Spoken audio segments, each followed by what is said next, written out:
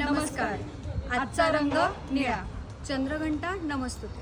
आज आपण कलर्सच्या माध्यमातून झेंडू कसे काढायचे ते बघणार आहोत. गोल न घेता आपण हा थोडासा चौकोन किंवा आयताकृती आपण इथे आकार घेतलेला आहे आणि अर्थात ते थोडंसं रँडमलीच आपण घेतलं होतं.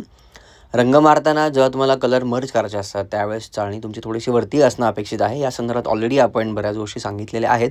तुम्ही जर त्या पाहिल्या नसेल तर आवर्जून पहा. खूप छोट्या छोट्या गोष्टी आपण सांगण्याचा प्रयत्न केलेला आहे.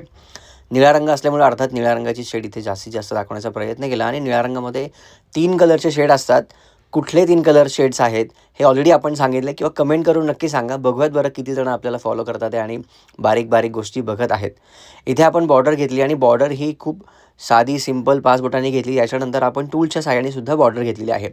जर तुम्हाला हे टूल्स हवे असेल तर नवरात्रीनिमित्त आपण टूल्समध्ये काही ऑफर घेतलेली आहे.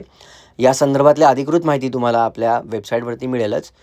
मराठीचे टूल्स, इंग्लिशचे टूल्स किंवा इंग्लिशचे टूल्स, ऑल इन वनचे टूल्स असे 2-2चे सेट तुम्ही कुठलेही घेतले तर तुम्हाला त्याचे फक्त ₹620 द्यायचे आहेत. या संदर्भात बाकी डिटेल्स तुम्हाला वेबसाईटवरती कळेलच.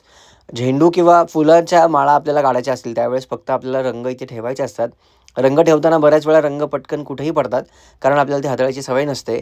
त्याच्यासाठी थोडंसं मार्किंग केलं तर कदाचित रंग आपल्याला व्यवस्थित देणं सोयीचं होऊ शकतं. रंग दिल्यानंतर त्याला देठ पण आपल्याला दाखवायचं तर देठ दाखवताना हिरवा रंग इथे आपण ठेवलेला आहे जेणेकरून रंग थोडेसे छान दिसतील. मला असं वाटतं की रांगोळी तुम्हाला नक्कीच आवडली असेल. सो फॉलो केले नसेल तर फॉलो करा. नवरात्रीनिमित्त रोज आपण वेगवेगळ्या कलाकृती घेऊन येत आहोत आणि बघा हे चरे आपण इथे मारलेले आहेत रंगाच्या ह्याने. याच्यात आपण 2-3 रंग एकत्र घेतले. तुम्हाला हे क्रिएशनसुद्धा शिकायचं असेल तर तुम्ही नक्कीच कमेंट्स करा. आपण याच्यामध्ये थोडंसं सविस्तर दाखवण्याचा प्रयत्न नक्कीच करू. आशा करत आहोत कलाकृती आवडली असेल. फॉलो केले नसेल तर फॉलो नक्कीच करा. नवरात्रीनिमित्त वेगवेगळ्या गोष्टी आपण घेऊन येत आहोत त्याच्यामुळे अजिबात फॉलो करायला विसरू नका. धन्यवाद.